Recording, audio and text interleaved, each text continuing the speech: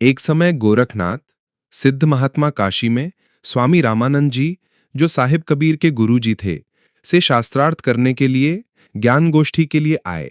जब ज्ञान गोष्ठी के लिए एकत्रित हुए, तब कबीर साहिब भी अपने पूज्य गुरुदेव स्वामी रामानंद जी के साथ पहुंचे थे। एक उच्च आसन पर रामानंद जी बैठे, उनके चरणों में बालक रूप में कबीर साहिब पूर्ण परमात्मा बैठे थे। गोरखनाथ जी भी एक उच्च आसन पर बैठे थे तथा अपना त्रिशूल अपने आसन के पास ही जमीन में गाड़ रखा था। गोरखनाथ जी ने कहा कि रामानंद, मेरे से चर्चा करो। उसी समय बालक रूप पूर्ण ब्रह्म कबीर जी ने कहा, नाथ जी, पहले मेरे से चर्चा करें, पीछे मेरे गुरुदेव जी से बात करना। गोरखनाथ प्रतापी, तासो तेज पृथ्वी कांपी। काशी नगर में सो पग परहीं, रामानंद से चर्चा करहीं। चर्चा में गोरख जय पावहीं, कंठी तोरहीं तिलक छुड़ावहीं। सत्य कबीर शिष्य जो भयऊ, यह वृतांत सो सुनी लेऊ। गोरखनाथ के डर के मारे, वैरागी नहीं भेष सवारे। तब कबीर आज्ञा अनुसारा, वैष्णव सकल स्वरूप सवारा। सो सुधी गोरखनाथ जो पायो, काशी नगर शीघ्र चल आयऊ। रामानंद को खबर पठाई, चर्चा करो मेरे संग आई। रामानंद की पहली पौरी, सत्य कबीर बैठे तीस ठौरी। कहे कबीर सुन गोरखनाथा, चर्चा करो हमारे साथा। प्रथम चर्चा करो संग मेरे, पीछे मेरे गुरु को टेरे। बालक रूप कबीर निहारी, तब गोरखताही वचन उचारी। इस पर गोरखनाथ जी ने कहा, तू बालक कबीर जी कब से योगी बन गया? कल जन्मा अर्थात छोटी आयु का बच्चा, और चर्चा मेरे अर्थात गोरखनाथ के साथ? तेरी क्या आयु है और कब वैरागी अर्थात संत बन गए? गोरखनाथ जी ने प्रश्न पूछा। कब के भय वैरागी कबीर जी, कब से भय वैरागी? कबीर जी का उत्तर दिया, नाथ जी, जब से भय वैरागी मेरी, आदि अंत सुधि लागी। धुंधुकार आदि को मेला, नहीं गुरु नहीं था चेला। जब का तो हम योग उपासा, तब का फिरूं अकेला। धरती नहीं जद की टोपी दीनहा, ब्रह्मा नहीं जद का टीका। शिव शंकर से योगी, नाथे जद का झोली सिक्का। द्वापर को हम करी फावड़ी, त्रोता को हम दंडा। सतयुग मेरी फिरी दुहाई, कलयुग फिरऊ नौखंडा। गुरु के बचन साधु की संगत, अजर अमर घर पाया। कहें कबीर सुनो हो गोरख, मैं सबको तत्व लखाया। साहिब कबीर जी ने गोरखनाथ जी को बताया है कि मैं कब से वैरागी बना। साहिब कबीर ने उस समय वैष्णव संतों जैसा वेश बना रखा था, जैसा श्री रामानंद जी ने बाणा यानी वेश बना रखा था। मस्तिष्क में चंदन का टीका, टोपी व झोली सिक्का, एक फावड़ी जो भजन करने के लिए लकड़ी के अंग्रेजी के अक्षर टी के आकार की होती है, तथा एक डंडा, लकड़ी का लट्ठा साथ लिए हुए थे। ऊपर के शब्द में कबीर परमेश्वर जी ने कहा है कि जब कोई सृष्टि यानी काल सृष्टि नहीं थी तथा न सतलोक सृष्टि थी, तब मैं कबीर अनामी लोक में था और कोई नहीं था। चूंकि साहिब कबीर ने ही सतलोक सृष्टि शब्द से रची तथा फिर काल यानी ज्योति निरंजन ब्रह्म की सृष्टि भी सतपुरुष ने रची। जब मैं अकेला रहता था, तब धरती यानी पृथ्वी भी नहीं थी, तब से मेरी टोपी जानो। ब्रह्मा जो गोरखनाथ तथा उनके गुरु मच्छंदरनाथ आदि सर्व प्राणियों के शरीर बनाने वाला पैदा भी नहीं हुआ था, तब से मैंने टीका लगा रखा है, अर्थात मैं तब से सतपुरुष आकार रूप में ही हूं। सतयुग, त्रेता युग, द्वापर तथा कलयुग, ये चार युग तो मेरे सामने असंख्यों जा लिए। कबीर परमेश्वर जी ने कहा कि हमने सद्गुरु वचन में रहकर अजर अमर घर पाया, इसलिए सर्व प्राणियों को तत्व यानी वास्तविक ज्ञान बताया है कि पूर्ण गुरु से उपदेश लेकर आजीवन गुरु वचन में चलते हुए पूर्ण परमात्मा का ध्यान सुमिरन करके उसी अजर अमर सतलोक में जाकर जन्म मरण रूपी अति दुखमयी संकट से बच सकते हो। इस बात को सुनकर गोरखनाथ जी ने पूछा कि आपकी आयु तो बहुत छोटी है, अर्थात आप लगते तो हो बालक से। जो बूझे सोई बावरा, क्या है उम्र हमारी। असंख्य युग प्रलय गई, तब का ब्रह्मचारी। कोटि निरंजन हो गए, परलोक सिधारी। हम तो सदा महबूब हैं, स्वयं ब्रह्मचारी। अरबों तो ब्रह्मा गए, 49 कोटि कन्हैया। सात कोटि शंभु गए, मोर एक नहीं पलैया। कोटिन नारद हो गए, मोहम्मद से चारी। देवतन की गिनती नहीं है, क्या सृष्टि विचारी। नहीं बूढ़ा ना बालक, ना ही कोई भाट भिखारी। कहे कबीर सुन हो गोरख, ये है उम्र हमारी। श्री गोरखनाथ सिद्ध को सदगुरु कबीर साहेब अपनी आयु का विवरण देते हैं। असंख्य युग प्रलय में गए, तब का मैं वर्तमान हूं, अर्थात अमर हूं। करोड़ों ब्रह्म अर्थात क्षर पुरुष अर्थात काल भगवान मृत्यु को प्राप्त होकर पुनर्जन्म प्राप्त कर चुके हैं।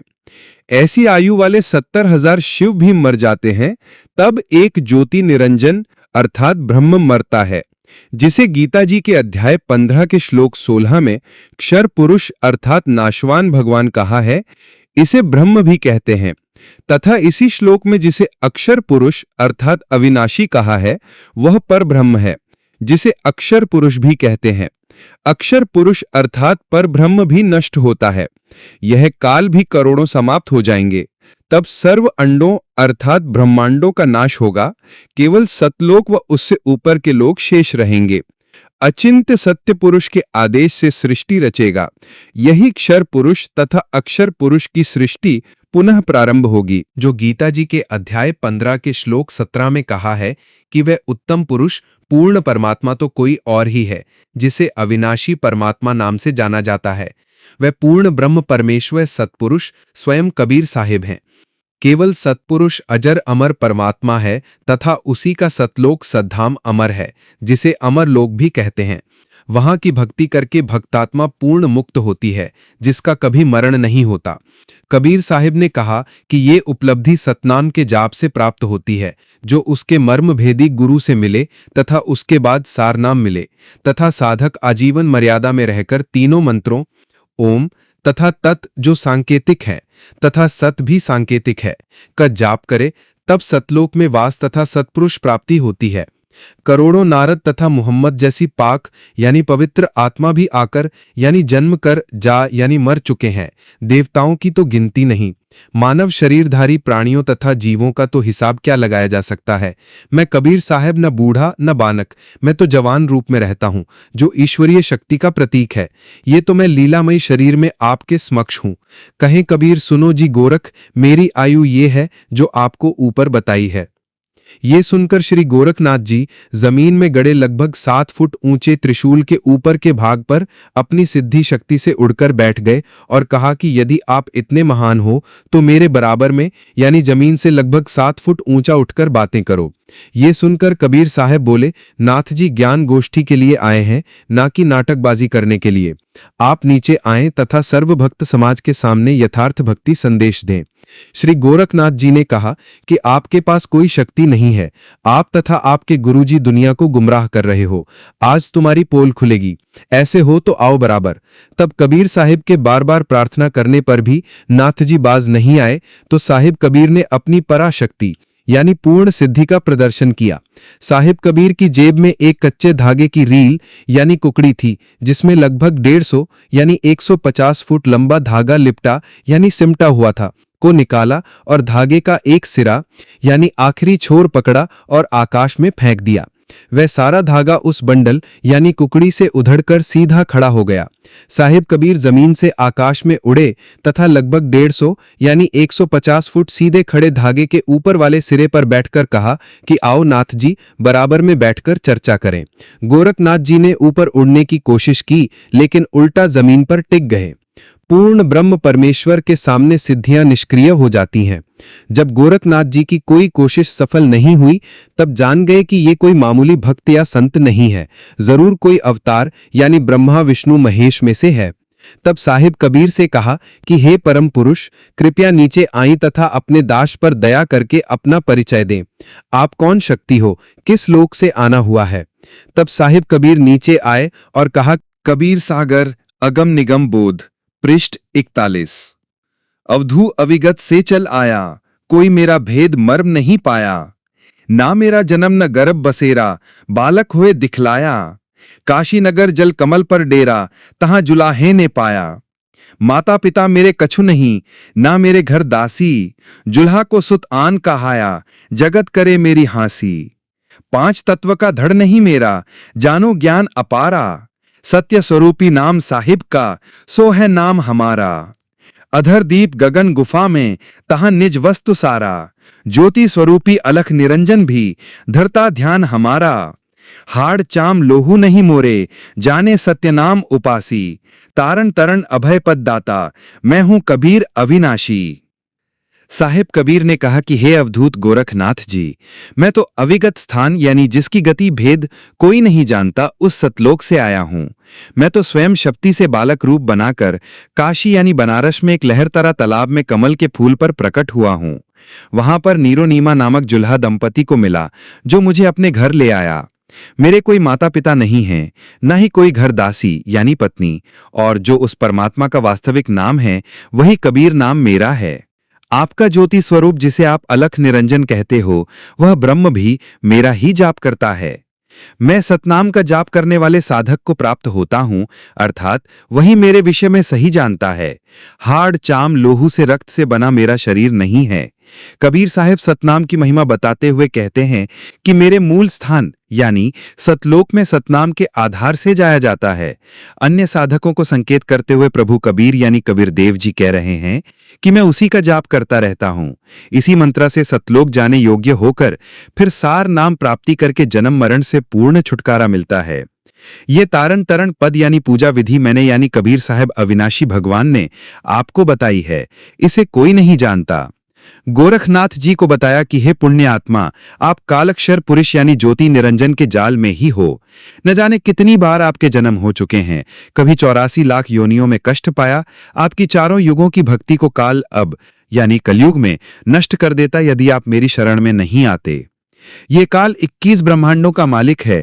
इसको शाप लगा है कि 1 लाख मानव शरीरधारी जीव, देव व ऋषि भी प्रतिदिन खाएगा तथा 1.25 लाख मानव शरीरधारी प्राणियों को नित्य उत्पन्न करेगा। इस प्रकार प्रतिदिन 25,000 बढ़ रहे हैं। उनको ठिकाने लगाए रखने के लिए तथा कर्म भुगताने के लिए अपना कानून बनाकर 84 लाख योनियां बना रखी हैं। इन्हीं 25,000 अधिक उत्पन्न जीवों के अन्य प्राणियों के शरीर में प्रवेश करता है, जैसे खून में जीवाणु, वायु में जीवाणु आदि आदि। इसकी पत्नी आदि माया प्रकृति देवी हैं। इसी से काल यानी ब्रह्म अलख निरंजन ने अपनी पत्नी पति के संयोग से 3 पुत्र ब्रह्मा विष्णु शिव उत्पन्न किए। इन तीनों को अपने सहयोगी बनाकर ब्रह्मा को शरीर बनाने का, विष्णु को पालन पोषण का और शिव को संहार करने का कार्य दे रखा है। इनसे प्रथम तप करवाता है, फिर सिद्धियां भर देता है, जिसके आधार पर इनसे अपना उल्लू सीधा करता है और अंत में इन्हें यानी जब ये शक्ति रहित हो जाते हैं तो इन्हें भी मारकर तप्त शिला पर भूनकर खाता है तथा अन्य पुत्र को पूर्व ही उत्पन्न करके अचेत रखता है। उनको सचेत करके अपना उत्पत्ति स्थिति तथा संहार का कार्य करता है। ऐसे अपने काल लोक को चला रहा है। इन सबसे ऊपर पूर्ण परमात्मा है, उसका ही अवतार मुझ यानी कबीर परमेश्वर को जान। गोरखनाथ के मन में विश्वास हो गया कि कोई शक्ति है जो कुल का मालिक है। गोरखनाथ ने कहा कि मेरी एक शक्ति और देखो। ये कहकर गंडा की ओर चल पड़ा। सर्व दर्शकों की भीड़ भी साथ ही चली। लगभग 500 फुट पर गंगा नदी थी। उसमें जाकर छलांग लगाते हुए कहा कि मुझे ढूंढ दो, फिर मैं अर्थात गोरखनाथ आपका शिष्य बन जाऊंगा। गोरखनाथ मछली बन गए। साहेब कबीर ने उसी मछली को पानी से बाहर निकालकर सबके सामने गोरखनाथ बना दिया।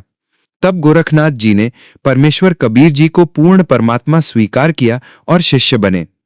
परमेश्वर कबीर जी से सतनाम लेकर भक्ति की तथा सिद्धियां प्राप्त करने वाली साधना त्याग दी। गीता जी के अध्याय 14 के श्लोक 26 और 27 का भाव है कि साधक अव्याभिचारिणी भक्ति अर्थात पूर्ण आश्रित मुझ काल ब्रह्म पर होकर अन्य देवी देवताओं तथा माता रजगुण, ब्रह्मा, सतगुण, विष्णु, तमगुण, शिव आदि की पूजा त्याग कर केवल मेरी भक्ति करता है तथा मेरे एक मंत्र ओम का जाप करता है, वो उपासक उस परमात्मा को पाने योग्य हो जाता है और आगे की साधना करके उस परम आनंद के परम सुख को भी मेरे माध्यम से प्राप्त करता है। जैसे कोई विद्यार्थी मैट्रिक, बीए, एमए करके किसी कोर्स में प्रवेश लेकर सर्विस प्राप्त करके रोजी प्राप्त करके सुखी होता है, तो उसके लिए उसने मैट्रिक की शिक्षा प्राप्त की, जिसके बाद कोर्स यानी ट्रेनिंग में प्रवेश किया।